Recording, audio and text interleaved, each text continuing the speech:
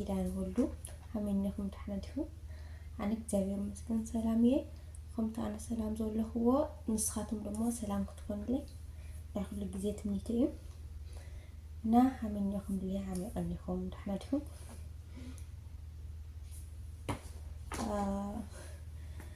ثم عندي لمن خمسكن مزيانتهم نتهم بمسنجر يكون بإيمو يكون أكومنت يكون كل نجار أو كله ماتيو وقاعد أسولك لكم نحوتي دقيمة بعد ما يمسكين إياه هذول دقيمة بطعمي إلى مسكن ليس معكم نوركم حواتي لما خلاي دويلكم تشاغلكم هم أيو خم أيو بزح نقر لطيقكم دمو يا مرسي بالخاركوا متن حزي زي مزينهم عاتيو إن حواتي بطعمي إيه لا مسكن بونت بطعمي لا مسكن إنه يا هم أي تغيروا تخناتات بقى تو قلبي أنا سوينا أخنيرة ماتي بحق زروا من مخانو يخلك ولا يخلي جن قلبي أنا أخنيرتي إيميلنا باسورد اللي غيار ويكع إيميل حد نقدر المستخدم سوينا أخنيرة بس خينو في إيميلنا باسوردي كوبي تغيرو ماتي كوبي تغيرو تحراي دقيسني رقاطامي جاي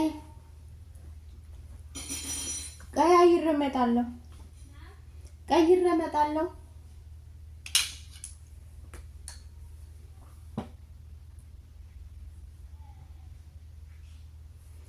እና ደቂ ሰኔ ረጋጣሚ ዞም ዓመታት ተሳፊሮም ነይሮም ሲ አሽዒቱ መዓልቲ ልክመፁስ ተሳፊሮም ነይሮም ልክመፁስ ካውስ በቃ ተመጻቲ ደማ ንሽተን ክድቅስ ኢለ ደቂ ሰገረ ጀዋሊ ላአሚ ጠጋ ሁሉ ነገረይ ማትዩ ያው ክላሴ ዓጼ ደቂሰ ካውድ ሓር ተልዒለ ሰዓት ክርኢ ብረቢለ ሰዓት ክርኢ ይሪ ያለሁ ዘ ሞባይልስ ኦፍ ኮይና በቃ ኢሜል ትክክለኛ ይብለኒ በቃ ከም በሐድሽ ጀዋል ከም በሐድሽ ኮይና በቃ ኢሜል እቲ ፓስወርድ እቲ ግዛዕ ላበለኒ ካው ፓስወርድ ተተኸግን በቃ አዊኒ حد ساعات غير كي كامل تغيريو باسورد يقلمل لالني እና በቃ በጣም ተዳናጊጸ ዘን ምሳሌ ነውራ ደሞ በጣም ተዳናጊጸን ካውለ نعم طيب جاي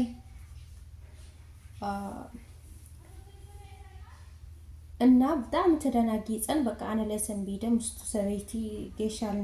خلت ሶምንያ ጌሻ ኔራ ጌሻ ኔራስ በቃ ሞባይል ኩሉ ነገር መልእክት በሞባይል ስለሆነ በቃ ታአዊዋ ገለተም በቃ በጣም ቆጥል ትገብሮ እና በቃ አምእታ ያለ ኮይኑት ሞባይል ከፍቱ ዩቲዩብ ዙ ሞባይል በቃ ምንም ነገር በቃ ከም ሐድሽ ኮይኑስ ከም ሐድሽ በርሚጅኒ ልኒ ከም ሐድሽ ማለት ካውስ በቃ ተሰና ቪዲዮ በቃ አና ብራዘር ደውይለ ያው አስተካክለልኝ ገለመለ 50 አጋጥሚ ይለያው ያው ብራዘርም በቃ በጣም ተሰና ቪዲዮ አራዊኝ ልኒ በቃ 50 አጋጥሚ ቱም ዋናው ፓስወርድ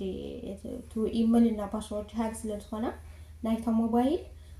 ፓስወርድ ኢሜል እይነሩ ማለት ነው ናታ ሞባይል ስለነበረ በቃ ዩቲዩብ ለት ሞባይል ለብ ሓደ በቃ ሃክ ኮይናል እና ታይዲ خلك እንደሊ አህዋቴ ብዘለጻ ከመስከነክንና ካባይ ተማራ خلك የመጽየ ማንም በቃ አርክ እንትኩን ወላ ጓልትኩን ወድትኩን በዘይ ገድስ ወላ ሐውክን ማለት ሐውካሲያ ታይልፓል ሐውካሲያ ሞት ካይጸልልካ ታይል ፎቴል ካይልፓል እና በቃ ተጠንቀ አህዋቴ ማዕርካ ድሐርኡይ ማለት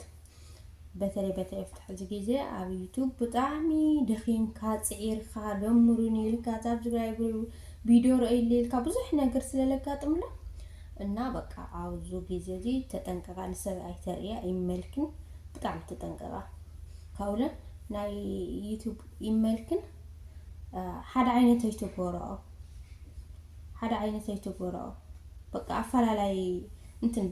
بناي شلكن بناي فكت تقاممو تو يوتيوب كن عفتو جوال فوتو أمبي بقى تي إيميل همجلي لا تجوال تتبالاشا يا همتناي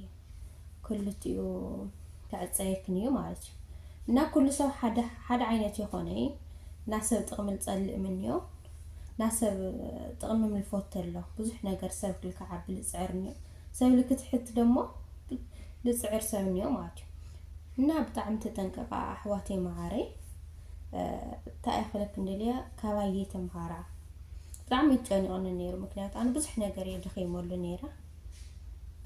ያው ብዙሕ ነገር ደሞ ሓሲበሉ ነይራ ያው አጋጣም ደሞ አፍታ ሞባይል ብዛዕባየ ፋይላት ገለታት ስለልነበረ አድላይ ነገራት አድላይ ወረቃታት ስለልነበረና አፍታ ሞባይል مستفات بقى تيوتيوبس وعلي فلتوا بقى تو ፋይላት ምተረኸበ ገለ ኢልወልኩ በቃ ምንም ትዝ ይበልኒ ዋላ ዩቲዩብ እና በቃ ሐዝለይ ከም በሐድሽ የኸፊተያ ሞባይል ያ ፎርማት ስለልኾነ ብኻሊ ኢሜል ገይረ የኸፊተያ ያ ከም በሐድሽ ተመሊስኒ ደሞ ፓስወርድ ተቀይሩ ክንደይ ነገራት ተጽይሩጎ በምስክር በቪዲዮታት በብዙሕ ነገር ተገይሩ بخمويو تمليسني أتستخاخلني نيونا بقى بطعمي تتنقق أحواتي معري نا بزبالة تنكيركم سلحة تنكيركم سلحة أحواتي معري أبنا لما تبيدي أبزي أخلني سيلا قطعمي أسريحية نا بطعمي إلى مسكن يا أنيلي خالد حزت دموكس كان الرخاء ياو سلام غنيات سلام نعاهم أحواتي معري